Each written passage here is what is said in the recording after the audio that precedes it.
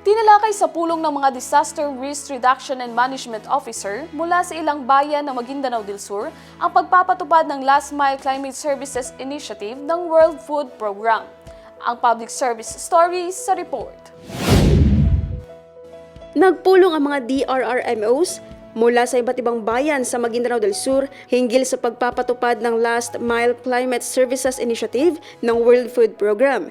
Ginanap ang pulong noong June 4 sa PDRRMO Operations Center sa Buluan. Kabilang sa mga dumalo ang DRRM officers mula sa Dato Saudi Ampatuan, Dato Abdullah Sangki, Mama Sapano, South Cotabato, Sultan Sabarongis at Dato Piang upang talakayan ang planong paglalagay ng automatic weather stations sa kanilang mga lugar.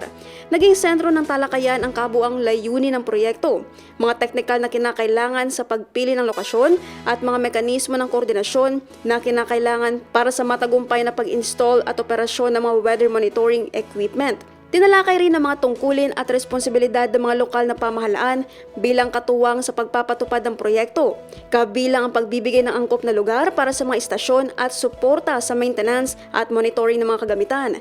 Ayon sa mga kalahok, mahalagang hakbang ang proyekto upang mapalakas ang access ng mga komunidad sa napapanahon at mas maaasahang impormasyon tungkol sa panahon at klima na makatutulong sa disaster preparedness, climate adaptation, at pagpaplano ng mga lokal na pamahalaan.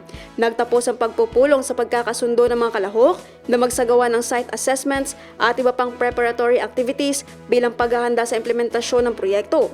Inaasang makatutulong ang mga automatic weather stations sa pagpapalakas ng local weather monitoring system at sa pagpapabuti ng mga serbisyong pangklima para sa mga komunidad sa Maguindanao del Sur. Naphtali Velarde, iMinds, Philippines.